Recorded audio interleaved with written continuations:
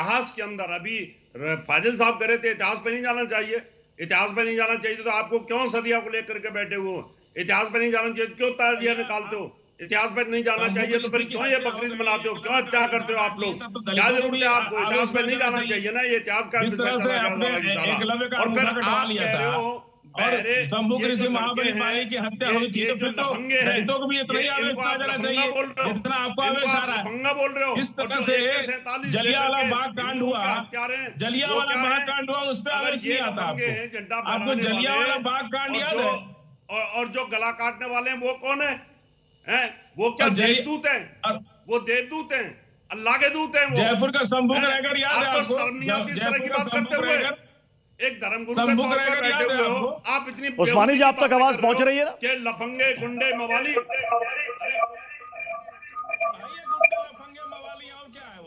उस्मानी जी, ये सालार गाजी को लेकर के इतना ज्यादा विवाद क्यों हो रहा है? क्यों मजार हटाने को कहा जा रहा है? देखिए, जहां तक मजार हटाने का आदेश देने का ताल्लुक है, ये तो जो आदेश लोग दे रहे हैं उनका उनसे पूछने का सवाल है। लेकिन मैं कुछ और दूसरी बात बताना चाहूंगा। मेरा कहना है, चाहे गाजी साहब की मजार हो या और दूसरी जगह पर जो मेले हो, तो मेले का मेरे इस्लाम में कोई कंसेप्ट नहीं है।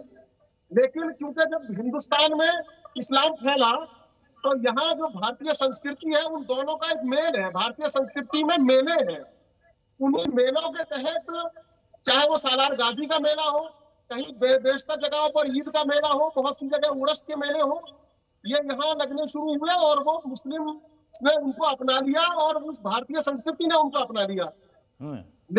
लेकिन उस्मानी साहब देखिए, अभी एचएस रावत साहब कह रहे हैं कि जब मैं इतिहास पढ़ता हूं तो इनका खून खौल जाता है। वो कहते हैं आक्रांता था, हिंदुओं का हत्यारा था, और उसको यहाँ पर हीरो की तरह पेश किया जा रहा है, उसे यहाँ पर संत की तरह पेश किया जा रहा है। एचएस रावत साहब जी बिल्कुल, मैं प्रत्युत जी कहना चाहता हूँ। उस्मानी साहब बात समझिए, सुनिए मेरी बात सुनिए। आप मेले की बात कर रहे हो, मेले लगाए इसलिए गए थे, इनकी पूजा और इबादत की इसलिए गई थी कि इन्होंने हिंदुओं का दमन किया था, हिंदुओं के हत्यारे थे, हिंदुओं के स्वाभिमान को कुचलने के लिए मेले लगाए गए थे कि ये सालार गाजी है, गाजी इसलिए बना है, इसने काफिरों की हत्याएं की हैं, जिससे कि डरे हिंदू, डरे हिंदू को डराने के लिए मेले कंसेप्ट लेकर के आए आप लोग। इसी प्रकार से आपने हिंदुओं का जो करने के लिए मेले चलाए गए थे कि ये जो व्यक्ति है ये बड़ा महान है, चाहे वो चाहे चिश्ती हो, चाहे सालार गाजी हो, चाहे दूसरे किसी की मजारे हो। आपने हिंदुओं के साथ गलत किया और फिर आप उसको सही ठहरा रहे हो। आप सही बोलते हो कि वहां पर मेला लगना चाहिए। क्यों मेला लगना चाहिए हत्यारे आदमी का? मेला छोड़िए, आप पहले ये बताइए महानता के लिए क्या शर्त है? जकात देता था। अरे एचएस रावत साहब, उस्मानी साहब का सवाल तो सुन लीजिए। अरे रावत साहब, उस्मानी जी का सवाल तो सुन लीजिए। मैं आपसे पूछ रहा हूँ महानता के लिए शर्त क्या है? क्या आप अशोक सम्राट को महान मानते हैं? राजा जो विक्रमादित्य है, चंद्रगुप्त मौर्य, क्या आप उनको महान मानते हैं?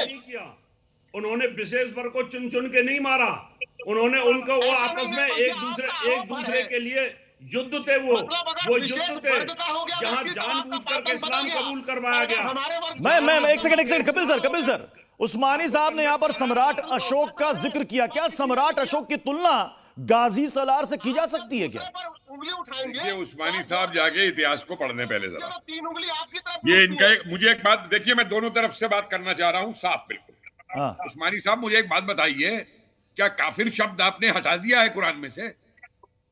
क्या आपने काफिर शब्द हटा दिया है? क्या सुनिए बात सुनिए, बीच में मत बोलिए, मैं आपके बीच में नहीं बोला था, बीच में नहीं बोला था मैं आपके। आप देर से आए हैं, मैंने सबसे पहले ये बात कही है कि हरकत गलत हुई है वहां पे। बीच में मत बोलिए, आप बीच में मत बोलिए, मैं आपके बीच में नहीं बोला था। शब्द का मानी है इनकार कर। अरे उस्मानी साहब सुन तो लीजिए, उस्मानी साहब सुन तो लीजिए कपिल सर को। बोलिए कपिल जी। एक बात बताइए काजी साहब, बांग्लादेश से वहां पे मुल्लाओं ने कहा कि हम गजवा हिंद करेंगे, पाकिस्तान आएंगे और यूपी और बिहार सब ले लेंगे। आपके मुझे एक आवाज निकली उनके खिलाफ कि हम हिंदुस्तान के मुसलमान हैं, जरा करके दिखाओ गजवा हिंद। निकली आपके मुंह से आवाज, मेहरबानी करके दो तरफा नहीं है।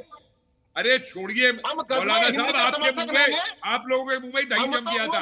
इसी तरीके से मैं इनसे भी कहना चाहता हूँ, मेरी बात सुनिए, मैं इनसे भी कहना चाहता हूँ, आजाद कराने के लिए हमारे तो पुरखों ने खून बहाया है। अरे भाई मुझसे ज्यादा किसको मालूम है इतिहासकार को, पर तुम्हारे उनको नाम याद है? क्या तुम मदरसों में अजीमुल्लाह को पढ़ाते हो? नहीं किया। क्या मदरसों में अशफाकुल्लाह को पढ़ाते हो? क्या अजीजन भाई को पढ़ाते हो? क्या मकबूल शेरवानी को पढ़ाते हो मदरसों में? बताओ मुझे। यहाँ के कहना बहुत आसान है कि खून दिया, लेकिन जिन तुम्हारे पुरखों ने खून दिया था उसका एक का नाम नहीं बताते अपनी आज की यंगर जनरेशन को।